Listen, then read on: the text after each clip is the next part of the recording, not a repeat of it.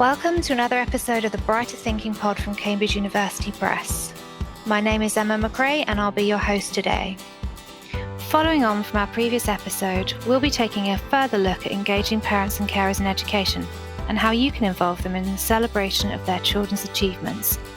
Our discussion will also touch some more on the impact of COVID-19 as we explore how this has affected schools, parents and carers alike.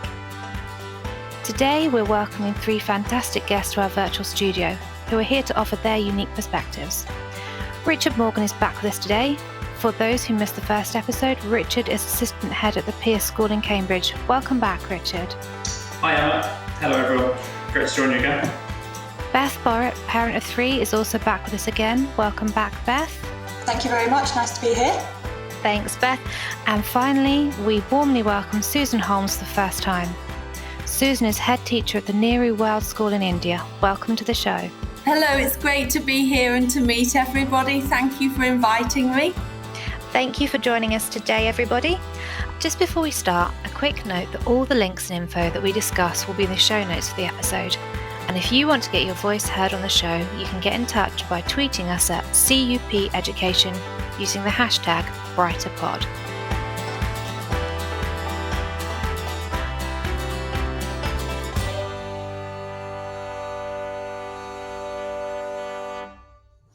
So regular listeners will know that we like to start our episodes with a quick icebreaker question. I'd like to ask each of you to share a quote that inspires you. It could be a quote from a book, from academia, from history, or even from someone that you know personally. So, Richard, if we can start with you, please. Which inspirational quote have you chosen and why? So my quote comes from the ancient world. It comes from a poet called Juvenal, who wrote, "Orandum est ut sit mens sana in corpore sano." Loosely, that means everyone should pray that they have a healthy mind in a healthy body. And I think it's advice that was so true for the ancients and still carries through to every child and every adult nowadays as well. Excellent. Thanks, Richard. And Beth, same question to you. So I have picked, it is our choices that show what we truly are far more than our abilities.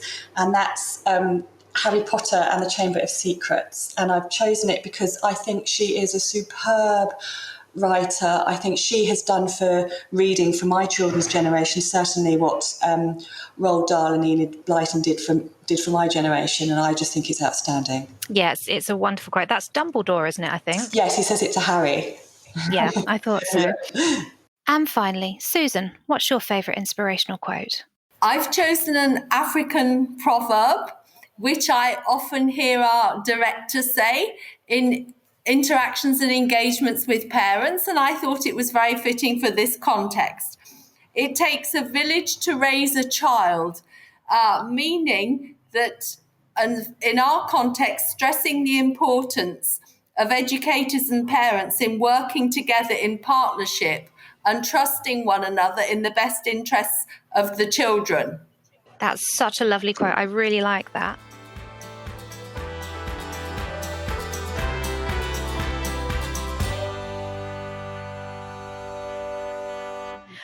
Excellent. Thank you, everybody. We're going to move on to today's main questions.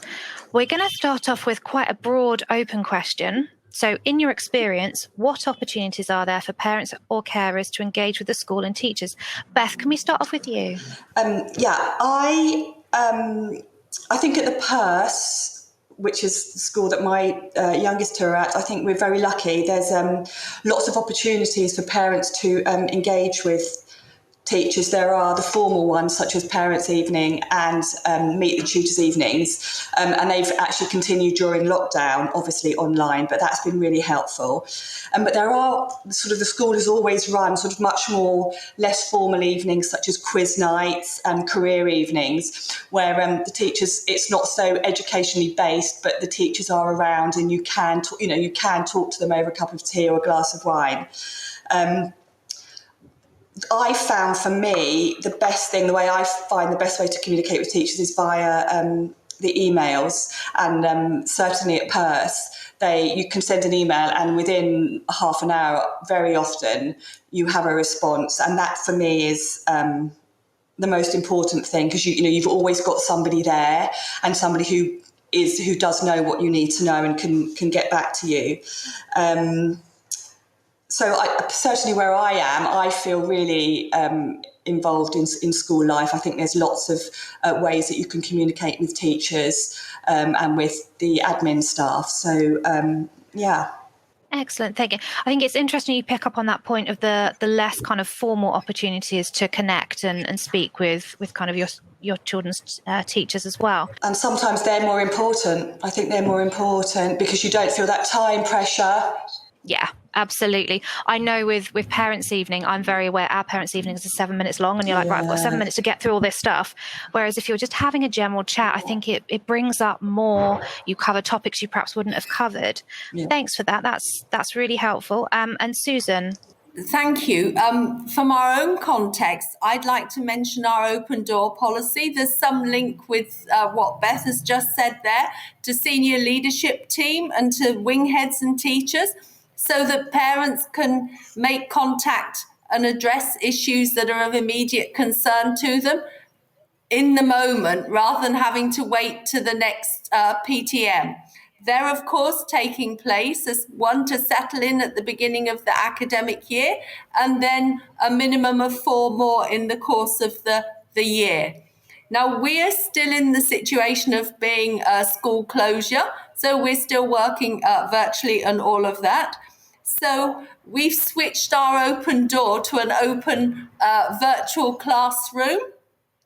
And this has been even more important in our context, and I'm sure was in yours as well, to keep that interaction going with the aim of maintaining those high levels of parent satisfaction. And one thing that we have done successfully is set up a technology support team, which is there for exactly that, helping parents in any technology issues that they have on a day-to-day basis. That's proved very, very valuable.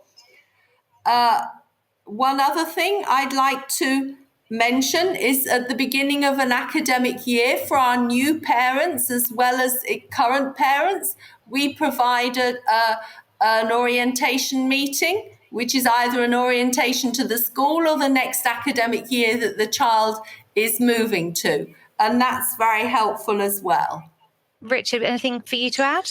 So I think parents and carers engage with the school pretty much every time they visit. And the more welcoming experience it can be, the better that relationship between school and parents will be as well. And I think that's not just true of physical visits to a school site. Obviously, that's been very difficult in current situations. But I think every element of communications, and as we've been talking about, the online experiences as well.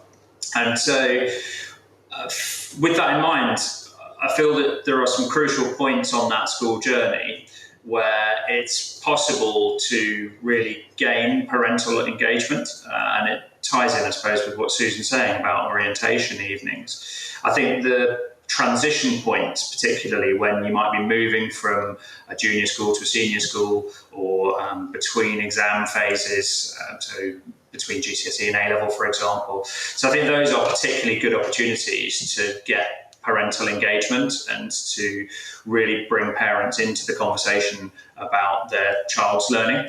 But that said, I think if parents don't feel a part of their child's education at those key points, then they can very easily feel left out of the school experience. And if that happens, I think it can be a real challenge to win them back around and get them to engage again. Yeah, I think that's so true. It is quite easy to become disengaged from what's going on in the school. I know when mine come home, how was your day? It was all right. What did you do? Can't remember. So it's really important to have those touch points with teachers, I think, just so that you can actually understand what's happening.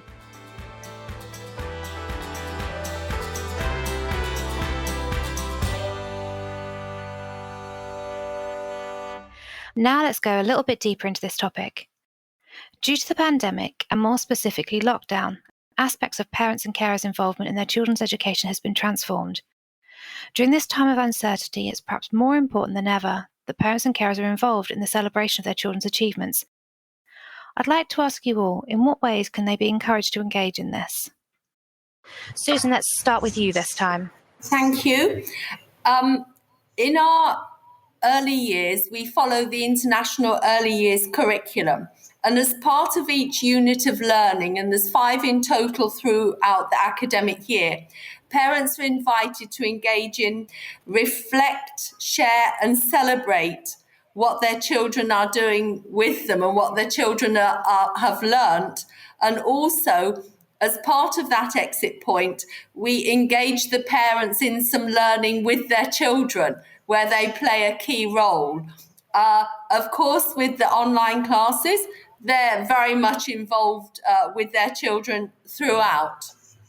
Another point I'd like to mention is that towards the end of last year, we started to use Tapestry for our early years. It's an online learning journal, which some of you may know, to record that learning journey of our early years children. So using photographs, diary entries, and sometimes videos, the teacher, along with the parents, create the story of the child's development and progress, both at school and at home.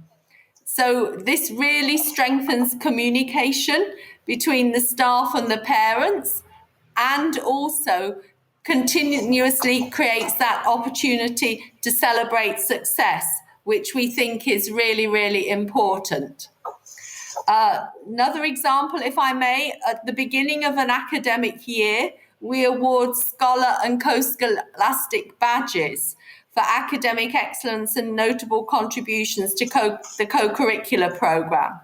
So parents are actually invited to come up onto the stage and receive those awards with the students, which they really, really appreciate.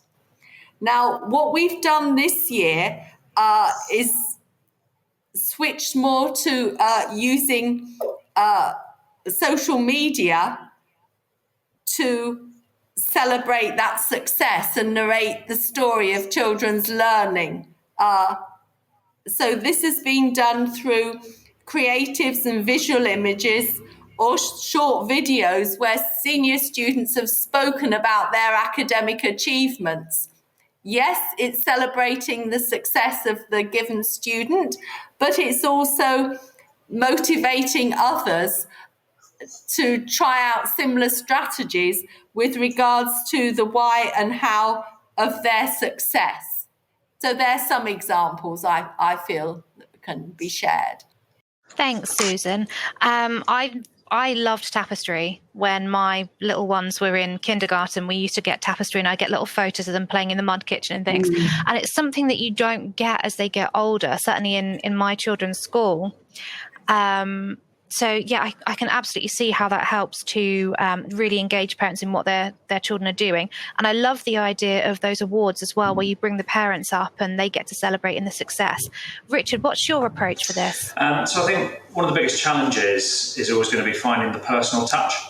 And I think that's especially true when you start dealing in quite large schools. Because I think it gets harder and harder to run centralised events. And although you can have structural award systems that will celebrate achievement across a whole school, in their own right, those can, whilst looking to include everybody, can actually be quite difficult to manage and perhaps sometimes don't capture all of the different achievements from every part of school life. So I think, as well as having those, because obviously they are important, it's important to have things like official prize awards and things like that. But as well as that, alongside newsletters where you sort of highlight pupil achievement, and as Susan was mentioning, things like social media, ways of sort of constantly updating, perhaps not the sort of thing that gets lost in a newsletter, because the danger if you just fire out a newsletter with a huge long list of everything that's happened. I think social media has really helped us by being able to drip feed that information, which I think means there's a little bit more focus on what's been achieved, because if you get 30 different achievements all at once, you may not go into it in such great depth, whereas a little bit each day can actually really help to celebrate those successes. But I think from a pupil perspective, I think it's very difficult to remove the fact that the thing they value most highly is probably recognition of their own individual achievements by an individual, and actually seeing someone that they know and that they respect taking a really close interest in what they've been doing, what they've achieved, and really understanding that and taking the time to congratulate them and share in that celebration with them. So I suppose that coming back to that personal touch, I think it's one of the hardest things to achieve, but I think it carries the most value. Excellent. Thank you, Richard. Just picking up on the point of social media that you raised and that Susan raised as well, it's a really interesting move for schools to start sharing things on social media because you're capturing parents in a place where they wouldn't actually be. And I think you're right, Richard, that drip feeding of here's a little bit of information is a really good way of getting the information across. And Beth? So I'm quite a pushover, actually. I do tend to celebrate my children's successes. Ranges from a plate of biscuits to a shopping trip, depending which child it is. I do feel quite strongly that I've got 3 children. They are all so different, and so success for each of my children looks very, very different. For some of them, it is getting top marks and being top, and for the other one, sometimes it can just be finishing the exam, and it's not just about exams either. It's about everything. I think I like to have, when we're talking about academics, I like to see what my children have done in terms of a test. It's difficult now because it's not really on paper, but I like to be able for them to bring home a maths test and say, oh, look, I got 60% and last week or last term I only got 55. And I like to be able to go through it and sit with them and say, oh, well done. That's what you've achieved this time. So it doesn't have to be the top of the top, but I like something physical to actually see, or a teacher to email me and say, they really have improved.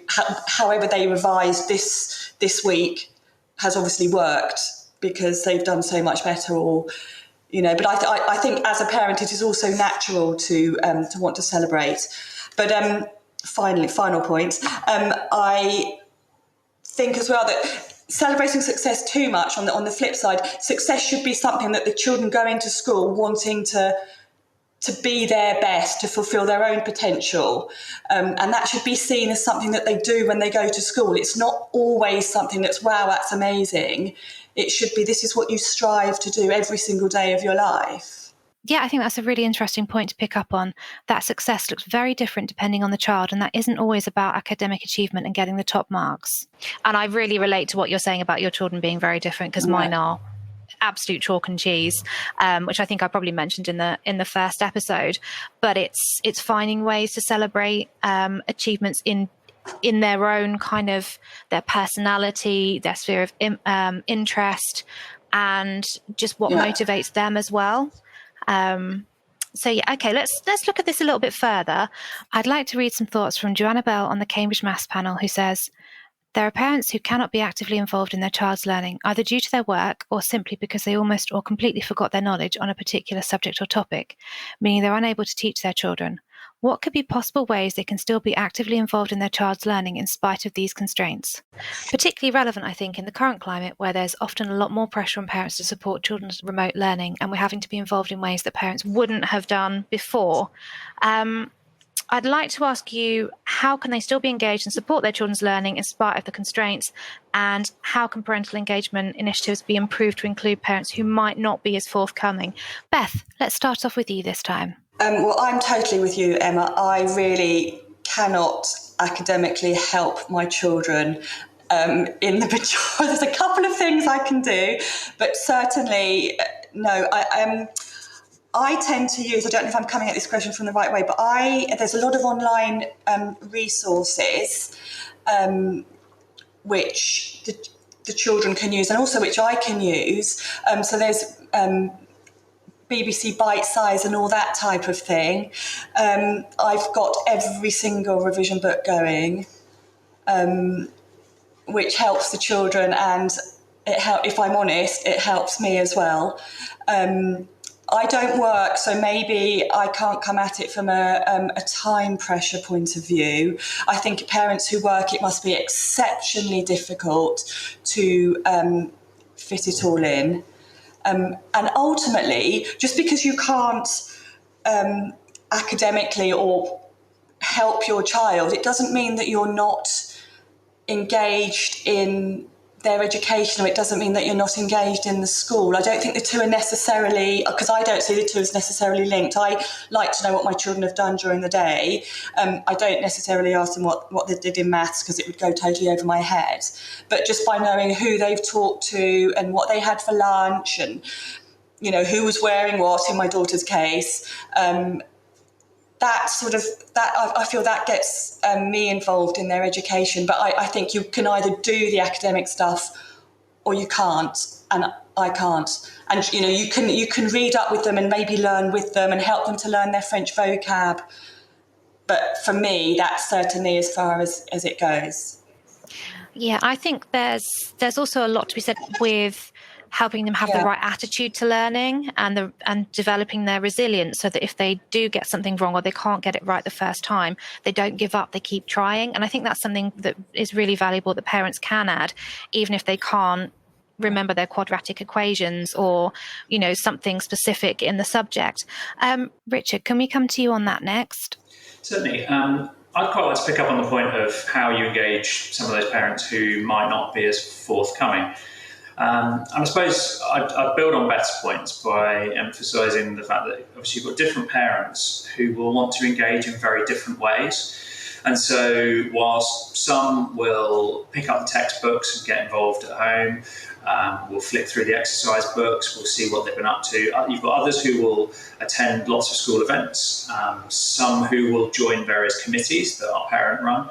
But then there's definitely others who might prefer to be standing back a little bit more and perhaps rely on offering their insight from feeding back in a survey online or feeding back on what their experience has been when they're asked in a more remote fashion. I think one area that we've found has actually been, I suppose, an unexpected bonus in the current climate has been using digital parents' evenings and digital welcome events. And I think it's been a bit of a change from what you normally find, which can be a slightly chaotic evening where times aren't kept and perhaps you end up with, in a group conversation, you get one or two parents who take up all of the time with the teacher when actually there might be 15 different families who are all trying to talk to a new tutor.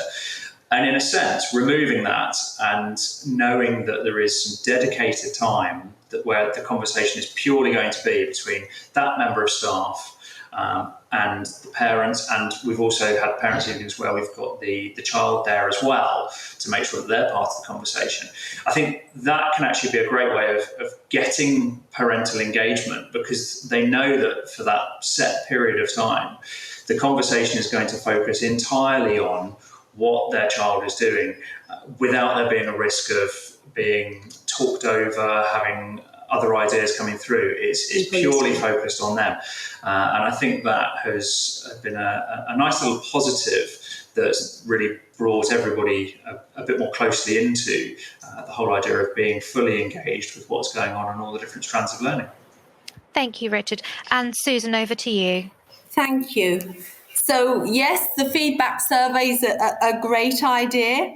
And also engaging parents where their expertise exists, to pick on that of how to get parents more involved. So, for example, we had a Get to Know Your Doctor initiative, which was essentially inviting medics in from our local community to come and talk about health, for example, health issues, whether it was nutrition or diet or personal hygiene, these sorts of things.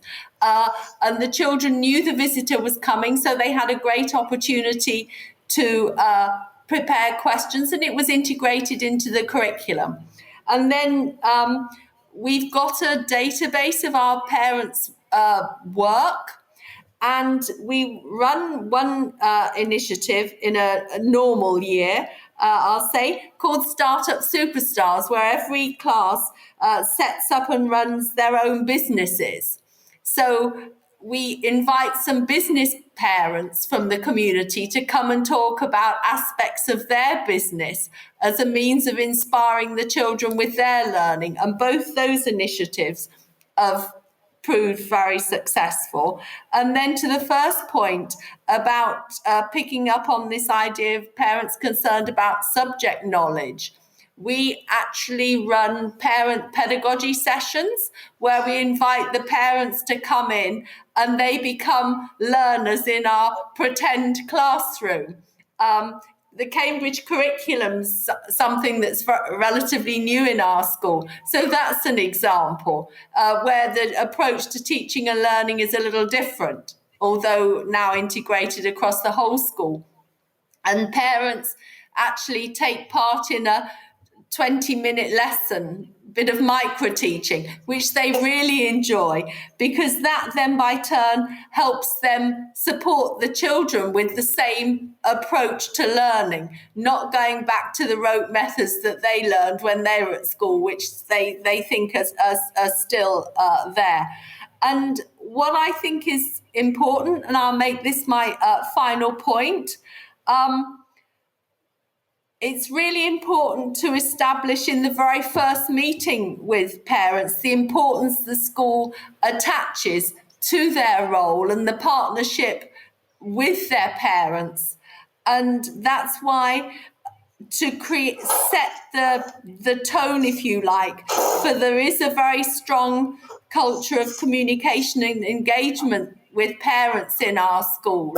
And these are certain expectations that we have. And then from our points, be flexible on times and meet the parents when they can.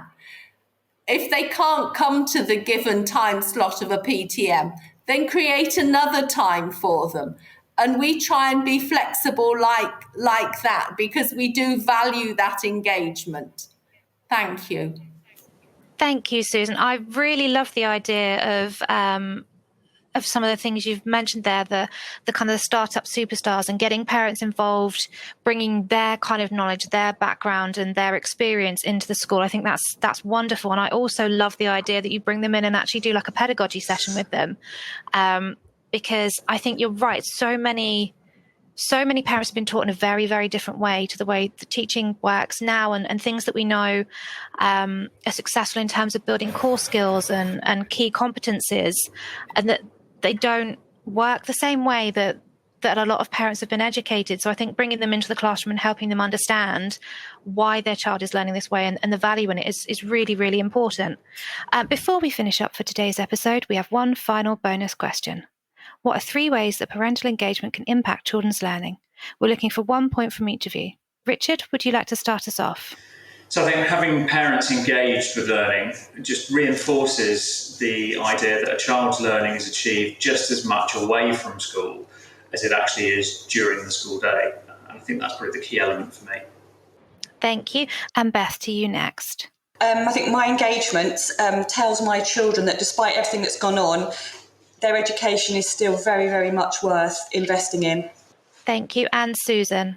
The feedback from all parents, what's going well and where it's perceived that we can do even better, is incredibly important too, so that they are feeling involved and contributing to that whole learning process.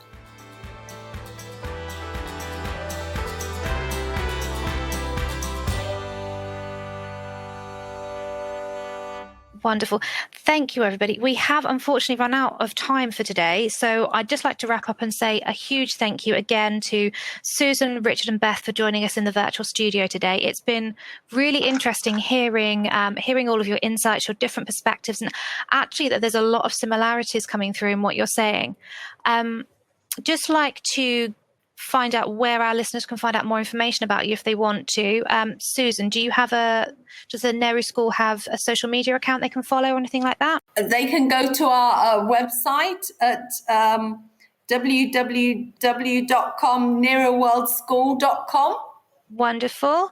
Beth, you don't have social media, do you? I don't do social media, sorry. One of my many failings. No, it's definitely not a failing. It's a bit of a time sink. Richard, can you just remind us of the social media for the Perse, please? Yeah, certainly. So if you go to Twitter, LinkedIn, Facebook, and just look up Perse School, Cambridge, lots of information. Wonderful, thank you. And a big thank you as well to Joanna Bell, who sent in questions for the show. We do love to hear from listeners and from our Cambridge panel. Remember, everything that we discuss will be linked to on the show notes, and make sure you follow us on Twitter @CUP Education and use our hashtag BrighterPod to share your thoughts on today's episode. If you're listening through iTunes, don't forget to leave us a review. It helps people find the show. And thank you very much for listening, and don't forget to tune in next time. Thank you and goodbye for now.